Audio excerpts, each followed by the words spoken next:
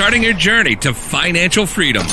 Now, you're listening to the New Investor Podcast.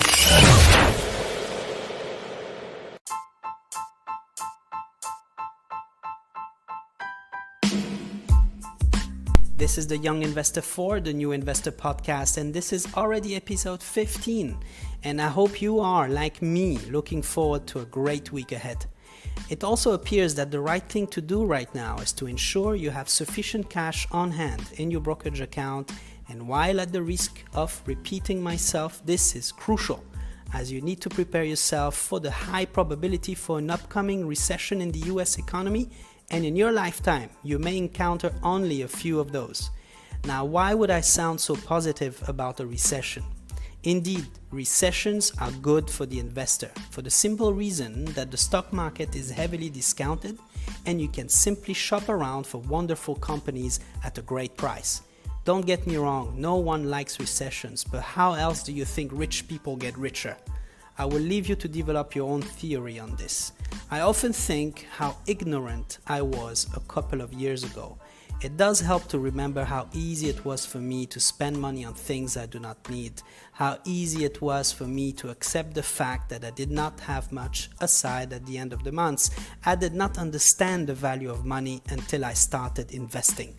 My first investment was $2,600, and since January 2018, my net worth rose by 2,203%. So I'm not selling you anything, I'm not receiving any compensation for what I am telling you today. I am sharing with you in the simplest of forms how I will reach my financial objectives by documenting my day-to-day, and this will take years. The most successful people on the planet did not document their journey on how they got there, whereas this would have been gold to all of us young investors. Now, I'm certainly not in that league, but I'm posting pretty solid figures already, just by following the reasoning I'm trying to share with you right now. Now, what would be the steps to take in order to first and foremost get rid of your debt? This will require discipline, and you need to start today. Point 1, set a budget. You need to forecast your spending against your income so you know exactly where you stand. I do mine for the full year, and I'm very pessimistic when I forecast. I keep all spendings to a minimum. 2, avoid taking on new debt. Stop borrowing money to consume. It is simply the worst thing to do.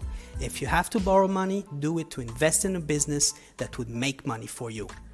3, educate yourself on investing in corporate finance. Do not be afraid. It is simpler than you think, and you do not need to be captain of the industry to start investing. 4, your subscriptions. What are they? Start reevaluating your monthly subscriptions. Are they really necessary? How often do you use the service? Are they bringing any value to your life? Are they getting you closer to your goal? If not, cancel them all. Increase your income. Number 5. We have covered this point in the previous episodes. Episode 6 covers it, to be more exact. 6. Use cash rather than credit cards. I withdraw $900 cash every month to pay for my expenses. No credit card. You will see how easy it becomes to manage your expenses this way. I only keep a charge card by American Express in case I travel, but I always pay it at the end of the month. 7. Start selling things you do not need. Do an inventory of your home and declutter. When you see an item, think about when was the last time you used it. Does it bring real value to your life? When was the last time you thought of using it? If you can't answer those questions, get rid of it. Sell the thing. This is all at least a good start to get rid of habits aimed at building debt. Paying off your outstanding debt is a priority, and there is no excuse for not building additional sources of income to that effect, given the world we live in. A world where you can basically start any business from your bedroom. Pay off debt first by growing your income at work, excel in what you do, ensure you're happy in your current job to do so. If not, quit.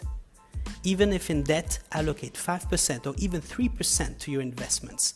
Even if it is a small amount, they will compound over time. Once you have fixed all of this, start increasing your investment money and start thinking in terms of growing your net worth rather than just savings. I hope you have found value in that episode, and I look forward to your success as a young investor. I wish you a fantastic week ahead, and a fantastic week of change.